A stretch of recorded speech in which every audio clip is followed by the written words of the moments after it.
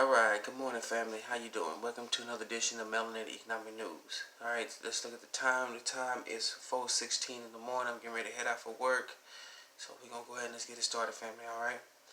Alright, we're going to start it off with CNBC market, CNBC.com market news. Alright, we're going to look at the pre-market.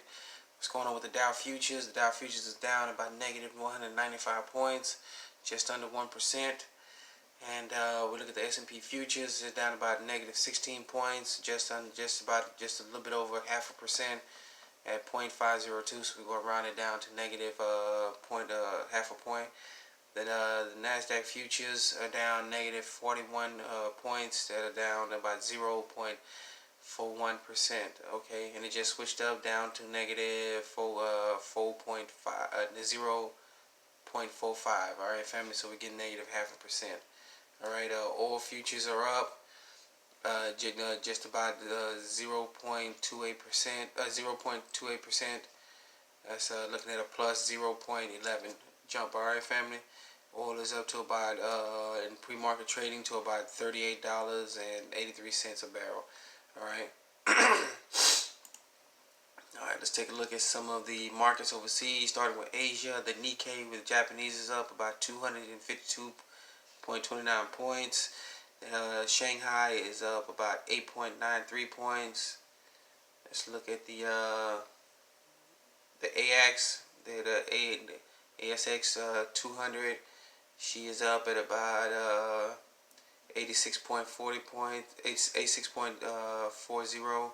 That's about just about a 1.5% jump. All right, switch over to the euro. You got the DAX. She is up at about 71.14%. The FTSE 61.40 has just changed again because remember, the Europeans are up right now, trading right now as we speak. All right, the FTSE is up 56.1%, almost a jump of about 1% at about 0.92%. The CAC, it is up about 40.35%, almost a full percentage of points up. And the FTSE MIB 89.3%, 89.93, just a little bit up under 0.5%, but it's at 0.47, rounded up to 0.5% up. All right, family.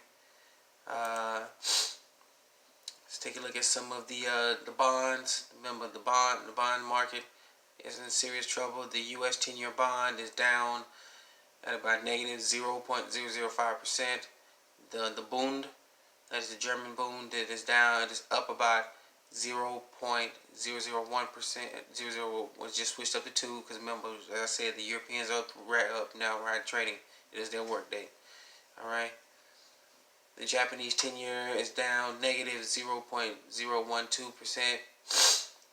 The UK Guild, she is down she's actually up, just moved up about plus 0.006, and the Franc 10-year Treasury, the France 10-year Treasury, 10-year bond is up, just went negative 0.002.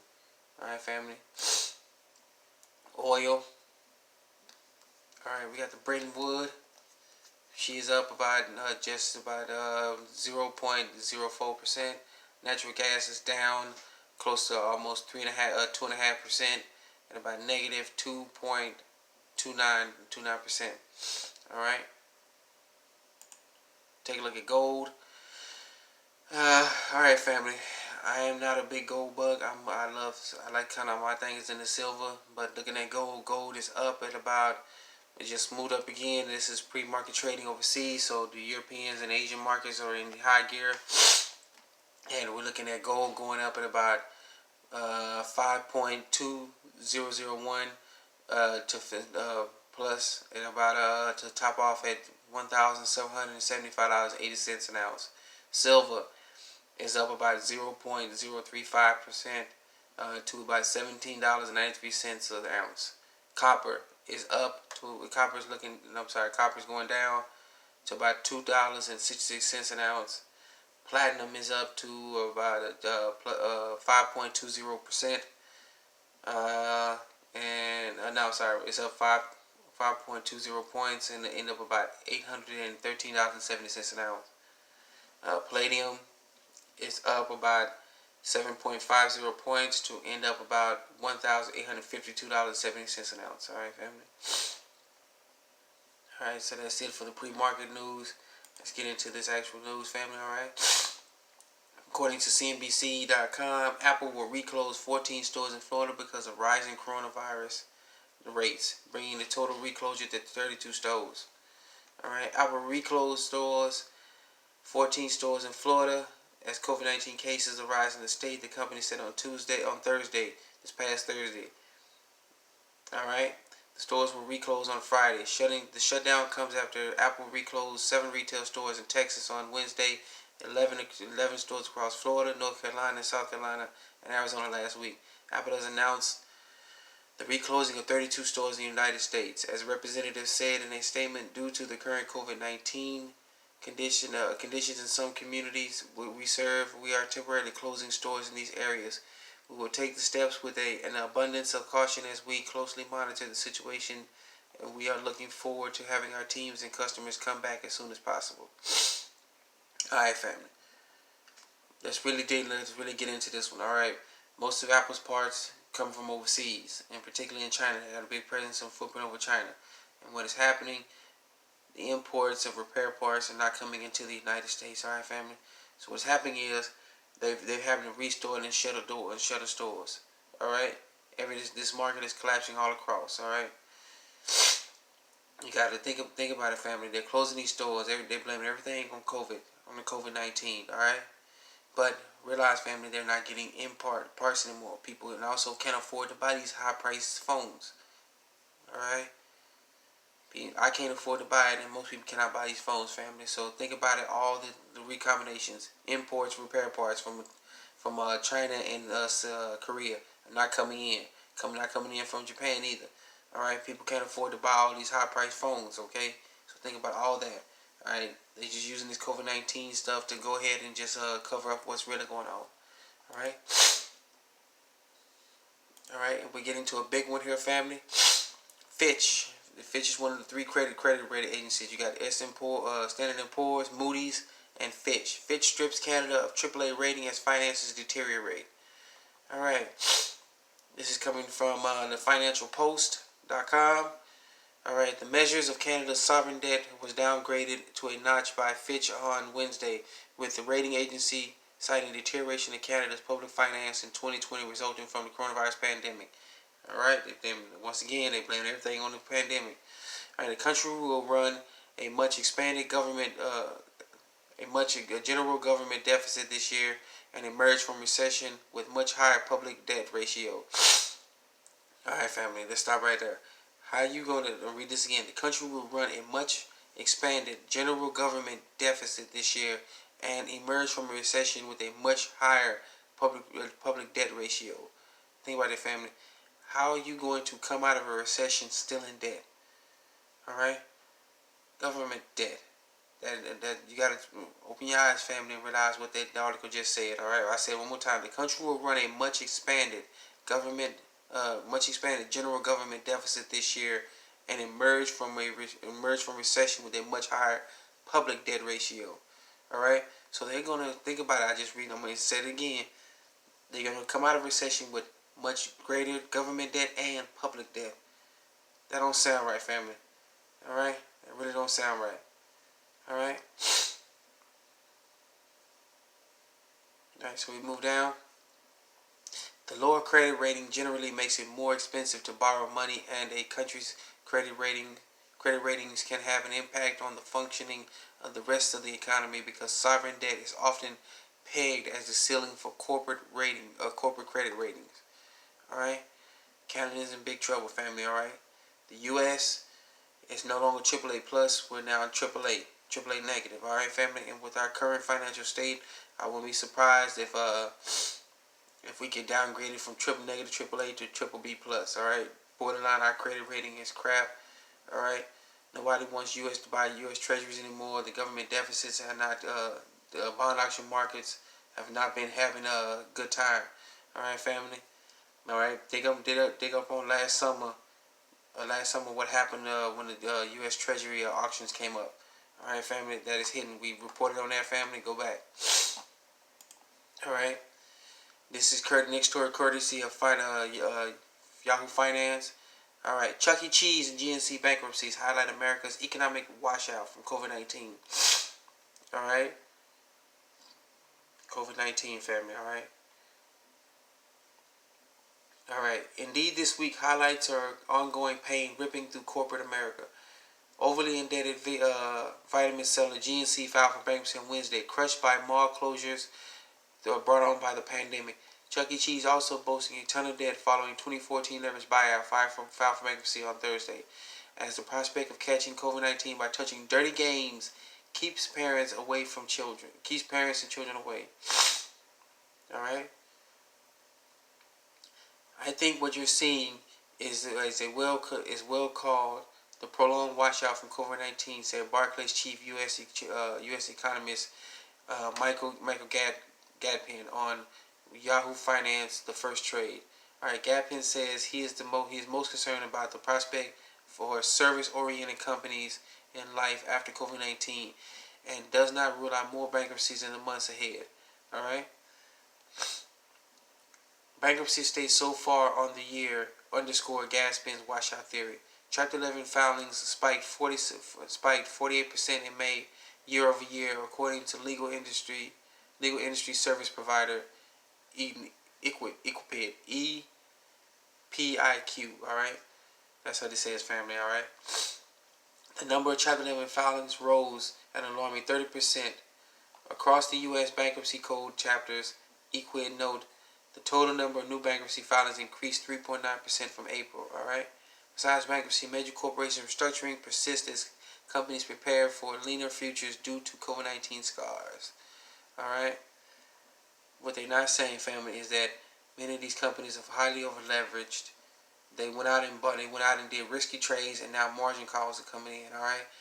Coupled with people not willing to go out and spend as much as anymore. People are concerned about their finances and money, and more concerned about paying bills and food. All right, buying food for their families. All right. All right, and coupled with the Treasury auctions. All right, this is kind of courtesy of ZeroHedge.com. Record large 7-year Treasury auction prices with record low yield amid popping demand. How you gonna have popping demand on when you can't even sell U.S. Treasuries? All right, the auctions for U.S. Treasuries have been failing. All right, they've been actually started failing as last year, 2 years ago, family. But the major hit was this past summer, 2019. All right. After a mediocre 7-year auction last month, but following a strong five-year auction yesterday. A moment ago, the Treasury sold a record $41 billion in 7-year paper at the low yield on record, or 0.511%, or 0.5 basis points through when issued a 0.516 with a strong internals, confirming that there are countries to be no shortage for demand of Treasury paper. All right, family, please do your research on this. The de-dollarization of the world is happening right now. Countries don't want the U.S. debt, buy U.S. debt anymore. They don't want to help us finance our debt anymore, family. Please do your research on the de-dollarization, especially in the East. With the gold trade note coming online, family, and they don't want to buy U.S. treasuries anymore. All right. All right. There was 102 billion in bids tendered, resulting in a bid to cover of 2.49, just shy of last month's 2.55, on the top of the 2.536 auction average. While this was the lowest bid to cover since February, it was well above prevailing level to BTCs during much of 2019. All right, here they go again, family. All right, overseas markets are dumping U.S. treasuries like crazy. The Japanese are still steady buying because after World War II, Japan became a vassal of the U.S. All right, a vassal state. All right, but the Chinese, the Russians, and most of the rest of the East, and some of the Eastern European countries are dumping U.S. treasuries left and right. All right. All right. And we're going to cover our final story. U.S. Bank stocks sink as Fed caps dividends, forbids share buybacks and stress tests. All right. But when you hear about share buybacks, that's when companies go to get a bunch of money and they basically go to the Fed begging for money. The Federal Reserve begging for money, family, and then they take the money which they're supposed to put back into their companies. Instead of do that, they go buy back shares of their company, or outstanding shares out there, family. All right. Bank stocks surge ahead of what analyst Mike Mayo called the most high-profile stress test since the financial crisis, thanks to handouts on the Volcker rule and swap margins, easing and hope for Fed's release of a data avalanche showing how the top 34 banks would fare in a hypothetical crash, including for the first time a pandemic scenario, and whether they will be allowed to execute their dividend plans. All right. Alright, we'll move down. So what did the Fed say? The Fed said in a release the big banks were required to suspend share buybacks and cap dividend payments at their current level for the third quarter of this year. Alright. Now, what some people seem to forget, family, remember, and you have the calendar year and you have the fiscal year. Alright. The fiscal year, the third quarter starts in July 1st and ends September 30th. Alright. After September 30th, the new fiscal year 2021 begins. Alright? That actually begins. In the fiscal year, the quarter goes 3-month quarters. The fiscal year starts 1 October, ends 31 December. Quarter 2, January 1st to March 31st. Quarter 3, April 1st to June 30th. And then quarter 4 is July 1st to September 30th. In the calendar year, it goes by the same 3-month principle, but it's January 1st to March 31st. Alright, then April 1st to June 30th. July third quarter, July 1st to September 30th. And then the fourth quarter, October 1st to December 31. Alright, family.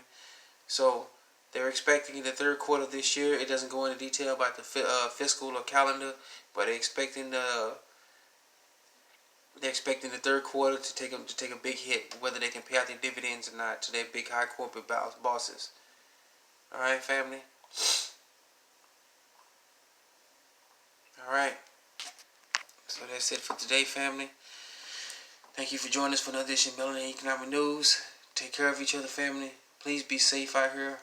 Take care of each other. If you ain't got together, family, get together with folks that you know. Alright, so we can take care of each other. Get your garden started. Get everything ready to rock and roll, family. Alright, please take care of each other. Alright, family. Thanks again for joining another edition of Economic News. Let's get it started.